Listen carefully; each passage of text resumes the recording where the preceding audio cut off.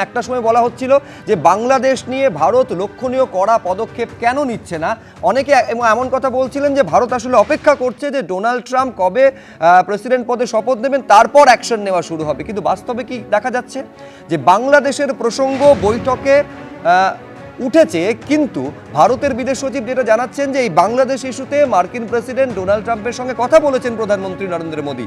এইবার Donald Trump যেটা বলছেন যে বাংলাদেশ নিয়ে যা করার ভারতবর্ষ করবে। কোথাও কি এই বিষয়ে কোনো নাক গলাবে না মার্কিন যুক্তরাষ্ট্র, সেটা কি ঘুরিয়ে স্পষ্ট করে দিলেন। আমি এইখানে দেখাতে চাইবো ঠিক কি বলেছেন বাংলাদেশ প্রসঙ্গে ডোনাল্ড ট্রাম্প। দেখুন। And Mr. President, what you would like to say about the Bangladesh issue, because we saw and it is evident that how the deep state of United States was involved to regime change during the Biden administration, and then Muhammad Yunus made Junior Soros also. So what is your point of view about the Bangladesh? What is the role that the deep state played in the situation in Bangladesh? Well, there was no role for our deep state. It was this is something that the Prime Minister has been working on for a long time and has been worked on for hundreds of years, frankly. I've been reading about it. But I will leave Bangladesh to the Prime Minister. আমেরিকায় আদানিকে নিয়ে প্রশ্নের মুখে মোদি বলছেন ব্যক্তিগত বিষয় বলে আদানি প্রশ্ন এড়িয়ে যাওয়ার চেষ্টা করছেন প্রধানমন্ত্রী। আদানির সংস্থার বিরুদ্ধে অভিযোগ নিয়ে ট্রাম্পের সঙ্গে কথা হয়েছে। সাংবাদিক বৈঠকে এই প্রশ্ন প্রধানমন্ত্রী নরেন্দ্র মোদীর উদ্দেশ্যে ছুড়ে দেওয়া হয়, আর সেই প্রশ্নের উত্তরে বলছেন যে এমন ব্যক্তিগত ব্যাপার নিয়ে দুই দেশের রাষ্ট্রনেতারা আলোচনা করেন না। এমনকি এই নিয়ে কথা পর্যন্ত বলেন না। আদানি প্রশ্নের জবাবে এই উত্তর দিচ্ছেন প্রধানমন্ত্রী। আমি শুরুতে আলোচনা শুরু করার আগে এইটা আপনাদের সামনে রাখবো, যখন যৌথ সাংবাদিক বৈঠক করছেন একদিকে ডোনাল্ড ট্রাম্প, অন্যদিকে ভারতের প্রধানমন্ত্রী নরেন্দ্র মোদী। আদানি নিয়ে কি প্রশ্ন প্রধানমন্ত্রীর উদ্দেশ্যে ছুড়ে দেওয়া হয়েছিল, উত্তরে প্রধানমন্ত্রী বা কি বললেন দেখুন।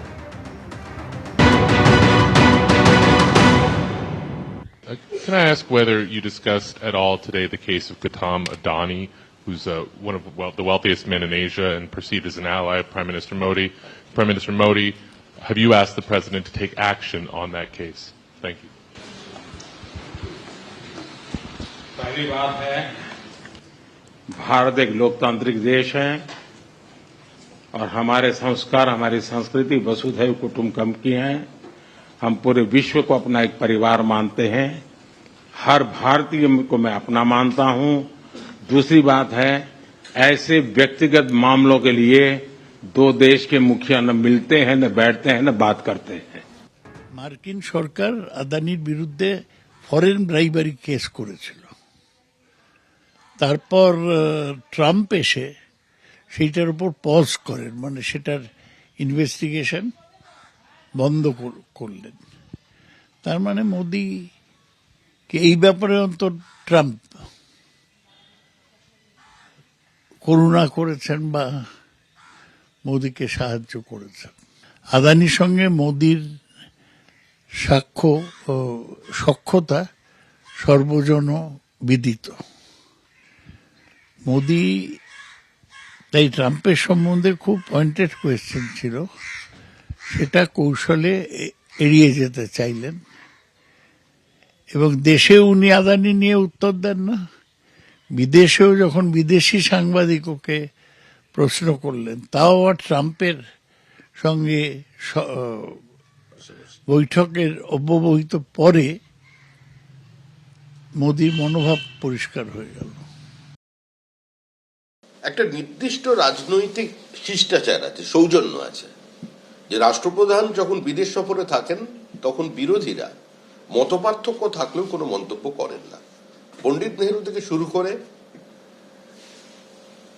ডক্টর পিভি নরসিমহা রাও পর্যন্ত এবং মনমোহন সিং এর প্রথম কয়েক বছর পর্যন্ত সেই রীতিই চালু ছিল।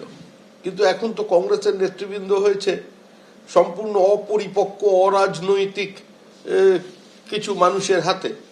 আর তৃণমূল কংগ্রেস আদপেই কোনো রাজনৈতিক দল নয়, তো স্বাভাবিকভাবেই জিনটা তো একই। সৌগত রায় কংগ্রেসের ঘরানা থেকে জন্ম নেবার পরে তারও পুরো শরীরটার তৃণমূলীকরণ হয়ে গেছে, সেই জন্য এ ধরনের বক্তব্য রাখছেন। মোদি মেজাজ হারাচ্ছেন, তার আগে উনি একটু বলুন না যে পর্দার আড়ালে কিভাবে তারা জমি অধিগ্রহণ করছেন আদানির জন্য। যে ডিপোর্ট হবার কথা ছিল তাজপুরে, সেটা থেকে সরে এসে মন্দারমণিতে আবার জমি অধিগ্রহণ কেন? ওখান থেকে পর্দাটা তুলুন।